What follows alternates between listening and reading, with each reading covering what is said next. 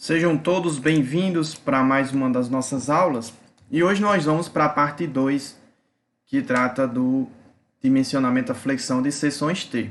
Na aula anterior, eu apresentei para vocês algumas aplicações de seções T em estruturas de concreto armado. E aí deve ter ficado evidente para vocês a importância da análise, da análise e dimensionamento desse tipo de seção nas estruturas de concreto armado. Na aula de hoje eu vou apresentar o equacionamento para que a gente possa determinar a armadura simples que a gente coloca. E aí eu quero que fique evidente para vocês que eu acredito que o objetivo principal de você utilizar o conceito de seção T no dimensionamento da flexão em uma edificação, em uma edificação em concreto armado, seja aquelas situações em que você tem ali uma viga com elevada taxa de armadura, e aí, quando você vai fazer o dimensionamento, você pode adotar ali uma mesa colaborante da sua laje, de maneira a diminuir a taxa de armadura que você tem nas suas vigas.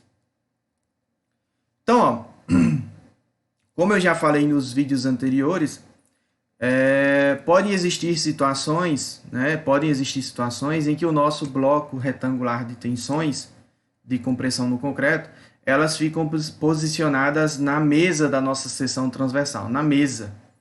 E aí, quando essa situação acontece, quando o X, a profundidade da nossa linha neutra, é menor do que a altura da nossa mesa, então significa que o nosso bloco retangular de tensões ele está compreendido ali somente na espessura da mesa da nossa seção. E, consequentemente, esse bloco retangular de tensões, se vocês imaginarem aí a vista 3D, ele vai ser um paralelepípedo, com altura, com profundidade 0,8x, uma tensão de 0,85 do FCD e uma largura igual à largura da nossa mesa. Essa é uma situação muito confortável de dimensionamento, porque você recai, nessa situação em que a linha neutra é menor do que a profundidade do que a altura da nossa mesa. Nessa situação a gente recai no dimensionamento de uma seção retangular equivalente com largura BF. Então, se vocês sabem que a sua seção T vai ter ali a linha neutra na mesa, então vocês recaem no conteúdo daquela aula que a gente tratou sobre dimensionamento da flexão de seções retangulares, considerando ali a armadura simples. A única alteração que vocês têm que fazer é fazer com que a largura da viga seja igual à largura da mesa, porque a largura da viga lá na seção retangular é porque ela se refere à largura do bloco retangular de tensões. Tudo bem? Como é que eu vou saber se a nossa linha neutra ela está na mesa ou não, Se o nosso bloco retangular de tensões está compreendido na mesa ou não. Então, eu tenho que fazer aqui uma análise, de uma situação limite. Então, na situação limite em que o meu bloco retangular de tensões está na iminência de ser maior do que a altura da nossa mesa, ou seja, o meu HF é igual a 0,8 de x, eu tenho aí essas forças na nossa seção transversal. Então, eu vou ter uma força de compressão no meu concreto. Essa força de compressão no concreto está posicionada no centroide desse nosso bloco retangular de tensões. E eu vou ter uma força de tração na nossa armadura. Essa força de tração na nossa armadura, se eu admitir que a armadura está... se eu admitir que a nossa seção está trabalhando no domínio 2 ou 3, então essa minha armadura ela sofre escoamento e, portanto, a força de tração no nosso aço é a área de aço vezes a tensão de escoamento da nossa armadura. Vale sempre lembrar que vocês devem fazer aquelas verificações com relação ao domínio que a peça está trabalhando, ou seja, vocês determinam a profundidade da linha neutra e verificam se a peça está trabalhando no domínio 2 ou 3, para que vocês verifiquem se realmente essas armaduras sofrem escoamento. Então, ó, se eu fizer equilíbrio de momentos na nossa seção, se eu fizer equilíbrio de momentos na nossa seção transversal, em relação ao ponto do centroide das nossas armaduras, eu tenho aqui, ó, que a minha força de compressão no concreto vezes o braço de alavanca dela em relação à minha força de tração nas armaduras é igual ao momento fletor resistido pela mesa nessa situação limite. Que situação limite é essa? É a situação limite em que o nosso bloco retangular de tensões está na iminência de sair, né, de ser maior do que a profundidade da nossa mesa, o HF. Tudo bem? Então, quem é a minha força de compressão no concreto? É o volume desse paralelepípedo, né, desse bloco retangular de tensões aqui, que se vocês imaginarem ele numa vista 3D, ele é um paralelepípedo. A profundidade desse paralelepípedo é 0,8 de x, só que na situação limite, a profundidade do nosso bloco retangular de tensões vai ser igual à altura da nossa mesa, vezes a tensão no meu concreto, que é 0,85 do FCD. Então, tem aqui, 0,85 do FCD é a tensão de compressão no meu concreto. HF é a profundidade do nosso bloco retangular de tensões na iminência de ele ser maior do que a nossa mesa. E BF é a largura da nossa mesa. Por quê? O nosso bloco retangular de tensões ele tem uma largura aqui que é igual à largura da nossa mesa. Imagine aquela vista 3D do bloco retangular de tensões, né? Então, a largura dele seria BF, vezes o braço de alavanca entre as armaduras e a força de compressão no concreto. Esse braço de alavanca, né, tá aqui, ó, o nosso Z desse caso aqui, ele seria a altura útil da nossa viga, né, o D, tá aqui, ó, D, menos a metade da altura do nosso bloco retangular de tensões, já que ele é um paralelepípedo, né? Ou seja, seria HF sobre 2, ou seja, meu braço de alavanca seria a altura útil menos metade da altura do nosso bloco retangular de tensões. Então, vamos lá para o nosso raciocínio. Se o meu momento fletor solicitante na minha viga é menor do que o momento fletor resistido pela mesa, então significa que eu vou dimensionar a minha seção como se fosse uma seção retangular, em que a largura da nossa viga seria igual à largura da nossa mesa. E aí vocês retornam para o caso da nossa aula lá de dimensionamento de seções retangulares, apenas alterando o BW por BF, né? Tudo bem? No caso do momento fletor solicitante ser maior do que o momento fletor resistido pela mesa, então significa que o nosso bloco retangular de tensões ele não vai pegar somente a mesa, ele vai pegar também uma porção da alma abaixo da mesa, certo? E aí a gente vai ter essa situação que está ilustrada aqui, ó. Então, se o nosso bloco retangular de tensões, for maior do que a altura da nossa mesa, a gente vai ter essa porção aqui da nossa seção comprimida. E aí, se vocês novamente imaginarem a figura 3D desse bloco retangular de tensões, né, vocês vão ver que ele se assemelha, essa figura geométrica, né, 3D, ela se assemelha a um T, né, a um T. Então, imagine esse sólido, vocês têm as tensões de compressão na mesa e as tensões de compressão na alma. A altura total desse T é 0,8 da profundidade da linha neutra. E aí, para que eu possa achar a força de compressão resultante nessa situação, eu teria que calcular o volume desse T, obviamente que não é difícil, mas não é prático, e teria que também determinar a posição do centroide desse T, né, desse sólido, a posição do centroide desse sólido. E, obviamente, também que não é difícil, mas não é prático. Então, o que é que a gente vai fazer do ponto de vista prático? Nós vamos dividir essa nossa seção transversal com esse bloco retangular de tensões em forma de T em dois casos, né? Em dois casos de flexão.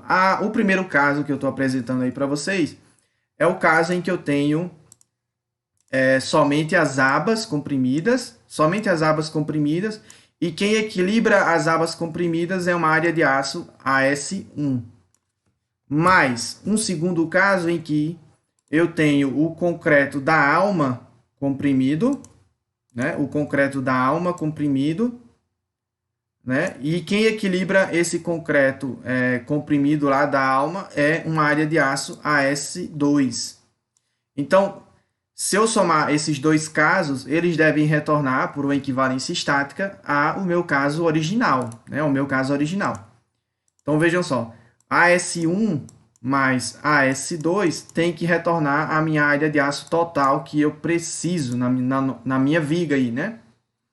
Se eu somar a força de compressão nas abas com a força de compressão na alma, eu vou ter a força de compressão total nesse volume, nessa peça, nesse sólido 3D do diagrama retangular de tensões no nosso concreto.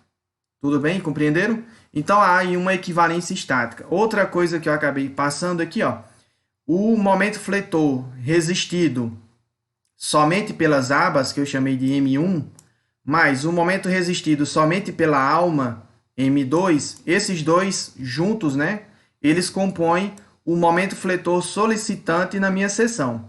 E lembrando que esse momento fletor solicitante deve ser obrigatoriamente maior do que o momento fletor resistido pela mesa que eu apresentei no slide anterior. Tudo bem? O que a gente vai fazer agora na sequência é analisar cada caso desse isoladamente, para que a gente possa calcular quem é a área de aço AS1 e quem é a área de aço AS2. Os procedimentos de equilíbrio que a gente vai fazer para determinar quem é AS1 e AS2 são muito semelhantes ao que a gente já tem feito, né? Tanto para o dimensionamento de seções retangulares, né? A flexão simples, lá para a determinação da armadura simples. Então, eu acredito que vocês não vão ter muita dificuldade. O que se alteram são alguns pequenos detalhes. Então, vamos lá. No nosso primeiro caso, eu tenho ali a mesa, né, as abas, né, aliás, as abas comprimidas, equilibradas por uma área de aço AS1, que eu não sei quanto equivale. Então, a força nessa armadura AS1, eu vou chamar de FS1. Quem vai ser essa força nessa armadura? Vai ser essa área de aço vezes a tensão de escoamento de cálculo da minha armadura. Lembrando que eu devo verificar se essas armaduras vão sofrer escoamento ou não, porque eu estou admitindo que a tensão delas é igual a FYD. E isso é válido se a peça estiver trabalhando lá no domínio 2 ou domínio 3. Peço que vocês sempre verifiquem se a sua seção está trabalhando realmente no domínio 2 ou 3 a partir da posição da linha neutra, como a gente já fez em aulas anteriores. Então, eu já sei como é que eu determino a força na minha armadura. Vamos ver agora como é que eu determino a força de compressão no meu concreto. Aí vocês têm que imaginar o sólido 3D formado por esse bloco retangular de tensões. A altura dele é a altura da mesa. As tensões são 0,85 do FCD. E a largura, né, desse bloco, a largura desse bloco retangular de tensões é a largura total dessas duas abas juntas. Né, dessas duas abas juntas. Outro ponto de interesse aqui, ó, é o braço de alavanca, nesse primeiro caso, entre a força de compressão no concreto e a força de tração no aço. Eu poderia chamar de Z1, por exemplo, porque é o braço de alavanca da força de compressão no concreto das abas somente, né, só das abas. Então, se eu fizer equilíbrio de momentos em relação ao centroide das nossas armaduras, eu posso determinar aqui quem é o momento fletor resistente somente das abas. Então, ó, o meu momento fletor resistente somente das abas vai ser a força de compressão no concreto vezes o braço de alavanca, correto? Quem é a força de compressão no concreto? Vamos aqui, trecho por trecho. Ó. A tensão no concreto vezes a profundidade do bloco retangular de tensões, que no caso aí, nesse nosso primeiro caso, é apenas a altura das abas, né? Ou seja, a altura da mesa, vezes a largura do bloco retangular de tensões. Como é que eu determino a largura do bloco?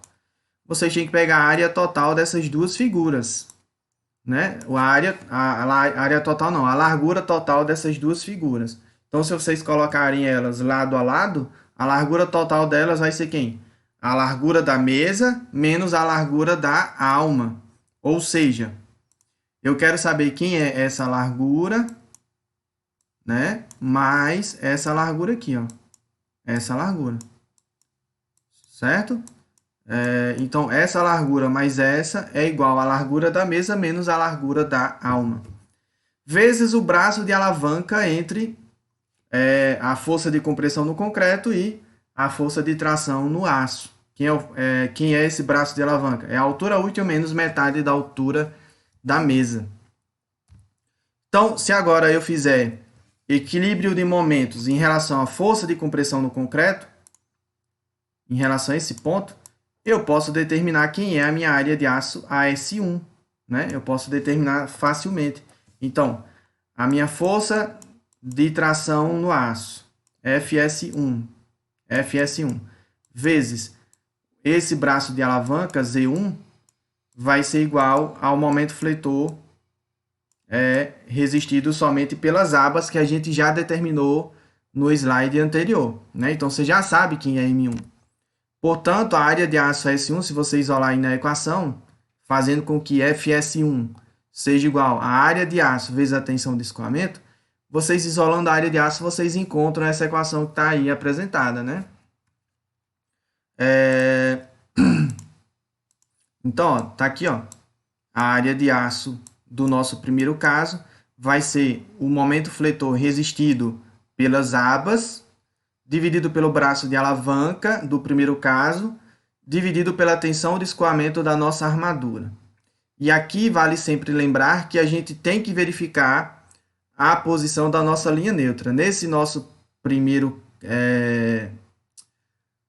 nesse caso que a gente está fazendo, de seção T, a posição da linha neutra ela tem que ser menor do que 0,45 do D, se vocês considerarem que o concreto é do grupo 1. Se for do grupo 2, aí vocês têm que lembrar que a posição da linha neutra tem que ser menor do que 0,35. Isso para que você tenha um comportamento dúctil. E aí, se vocês garantirem isso, consequentemente, vocês também estarão automaticamente garantindo que a sua peça trabalha no domínio 2 ou parte do domínio 3 e, portanto, as armaduras sofrem escoamento. Vamos agora para o segundo caso. O segundo caso, ele recai nos casos de... ele recai em um caso de dimensionamento de uma seção retangular para o cálculo da armadura simples. Então, eu tenho aqui um momento fletor M2, que é o momento fletor resistido somente pela alma, né? Eu tenho uma força de tração na minha armadura, a S2, e uma força de compressão no meu concreto, que é resultante das tensões de compressão somente na minha alma, né? As abas foram tratadas no caso 1. E aí eu chego nessa situação que está ilustrada aqui, ó, nessa situação.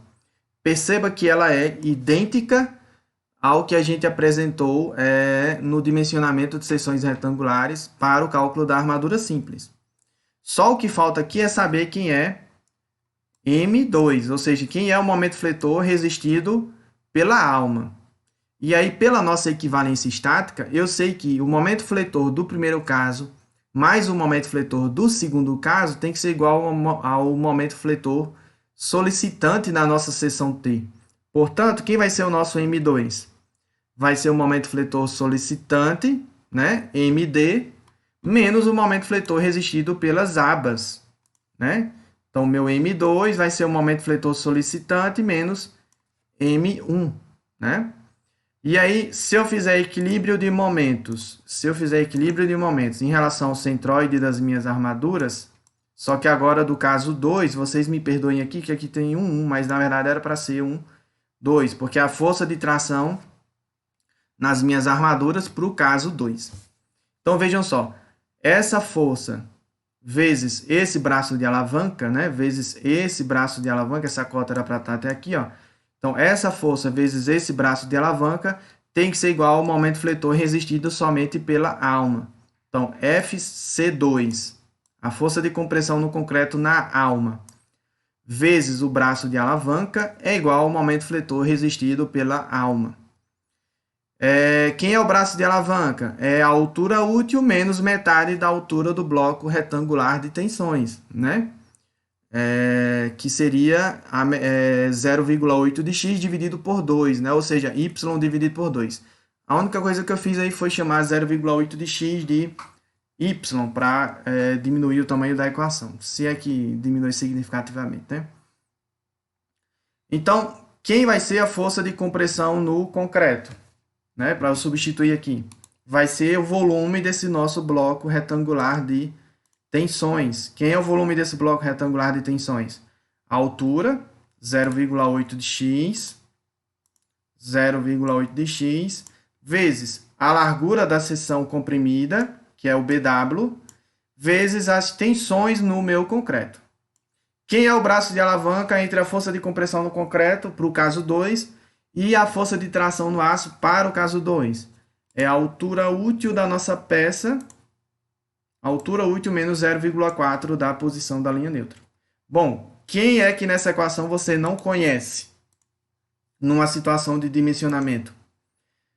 Bom, a resistência do concreto você conhece, a largura da seção você conhece, a altura útil você pode estimar com base nos cobrimentos, no diâmetro do estribo, né? Você pode fazer uma estimativa inicial. E M2 é o momento fletor que sobra em relação em relação ao momento fletor solicitante, como está apresentado aqui nessa nossa primeira equação. M2 é o momento fletor solicitante menos o momento fletor resistido pelas abas. Então, vejam que a gente cai numa equação de segundo grau. Deixa eu limpar aqui a nossa tela. Eu caio aqui numa equação de segundo grau igualzinho ao que a gente teve quando eu apresentei dimensionamento de seções retangulares. Então, eu tenho aqui uma seção, eu tenho aqui uma equação do segundo grau em que a minha variável é x. Então, vocês têm todos os dados, obtêm uma equação de segundo grau e descobrem quem é o valor de x. Vocês podem também utilizar aquelas tabelas adimensionais, né? Em que nesse caso aqui, o seu momento fletor solicitante seria, para essa seção só da alma, né, da nossa seção T, o nosso momento fletor solicitante para cálculo do KMD seria M2. A largura da seção seria BW e assim por diante. Mas no fim é vocês determinarem quem é a posição da linha neutra para a alma da nossa seção, tudo bem? Então, uma vez que vocês determinaram quem é a posição da linha neutra, vocês vão descobrir também quem é o braço de alavanca. E aí fica faltando somente a gente determinar quem é a nossa força FS2, que é em função da nossa área de aço AS2, como a gente vai ver na sequência. Então, se eu fizer equilíbrio de momentos em relação a esse ponto aqui, né, o ponto de aplicação da minha força de compressão no concreto, então eu vou ter que FS1 vezes esse braço de alavanca é igual ao meu momento fletor resistido pela alma.